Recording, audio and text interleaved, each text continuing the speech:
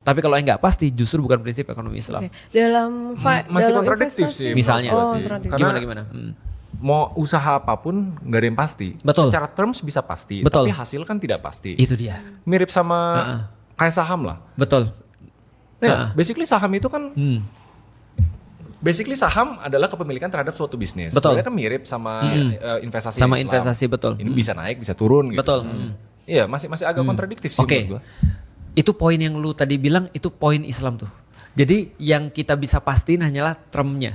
Tapi bisnisnya untung atau tidak itu tidak ada yang bisa mastiin. Oh, maksudnya kayak ada kontrak surat Iya. gitu. Nah, In a way beli saham di sama. publik juga begitu. iya, ada, Oke. bisa pasti. Oh iya, terus gimana tuh? Bedanya gini.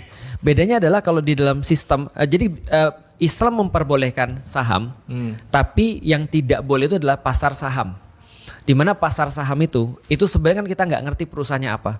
Tapi kalau misalnya saham itu boleh. Jadi aku bisa punya saham di satu perusahaan tertentu misalnya. Tapi ketika di pasar saham kalau aku tidak bisa memastikan itu, maka akadnya menjadi sesuatu yang tidak bagus.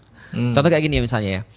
Kalau misalnya lu bertiga bikin perusahaan, termnya kan sudah bisa kita pastiin nih. Kalau aku masuk berapa persen, dapatnya berapa persen returnnya dan segala macam. Nah, aku bisa datang lalu membawa duitku, kalian orangnya sudah jelas, aku orangnya udah jelas, kita tanda tangan akad jelas. Tapi di pasar saham kan kita nggak ketemu sama ownernya nih.